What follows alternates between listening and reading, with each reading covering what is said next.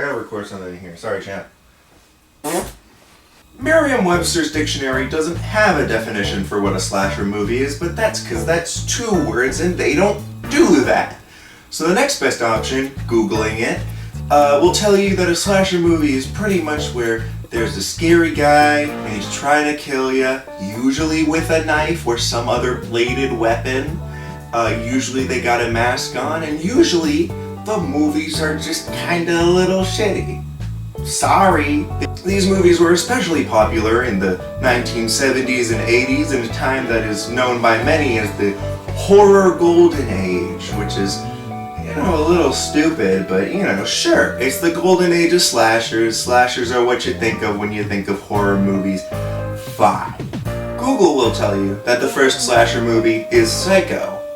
Google is wrong. All of the time, it is never correct, ever. Psycho has some of the elements, and it lays some of the groundwork for slasher movies. It does have a man who has a knife and he kills women.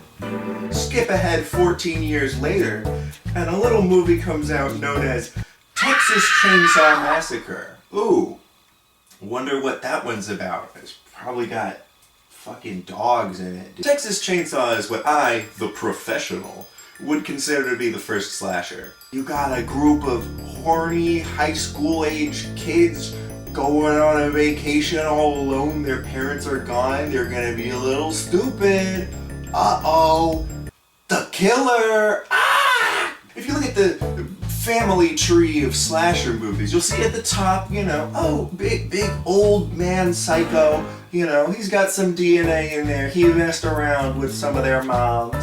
And then you've got, Grandpappy, Texas Chainsaw. But down here you see three big guys. And the first of these 3 big guys is a little movie that I would like to call Halloween. And that's because it's the name of the movie. Halloween is where shit gets real in the slasher movie stuff. Like Texas Chainsaw is the blueprint, and Halloween is the blueprint followed to a T. You've got a guy in a white mask killing babysitters home at night, killing people who are fucking. I would survive every horror movie. Bitches love a man with a YouTube channel. Halloween is like completing the alley-oop that Texas Chainsaw set up. Texas Chainsaw passed it to LeBron James, and then Halloween slam dunk, dude. Fuck yeah.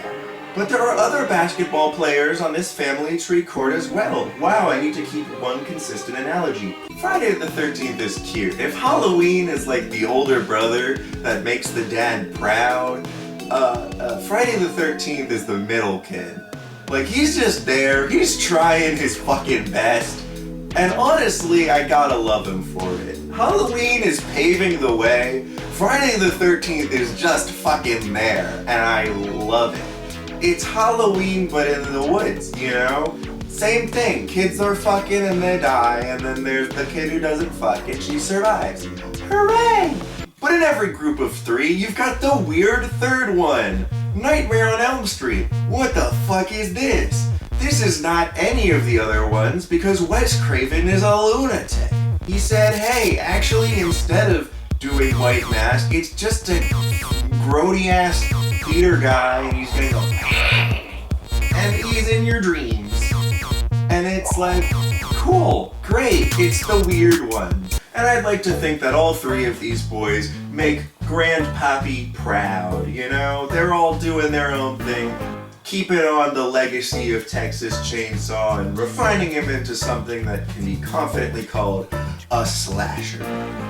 And from these 3 fathers came all of the weird cousins and shit. My Bloody Valentine. Halloween, but Valentine's Day. Silent Night, Deadly Night. Halloween, but Christmas. Silent Night, Deadly Night 2. Halloween, but Silent Night, but Deadly Night, but Garbage Day. Child's Play. Not really Halloween.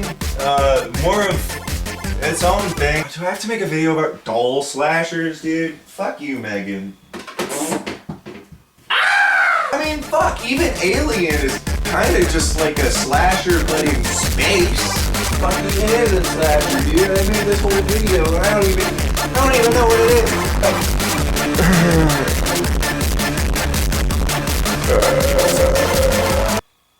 At some point, the directors and higher-ups realized that maybe they went a bit too far. Maybe there were too many slasher movies. And they were all getting sequels, and they were being shat out the wazoo, and eventually they just realized it's time to end this. And so, much like any child having sex, they were unfortunately killed. Rest in peace, slasher movies.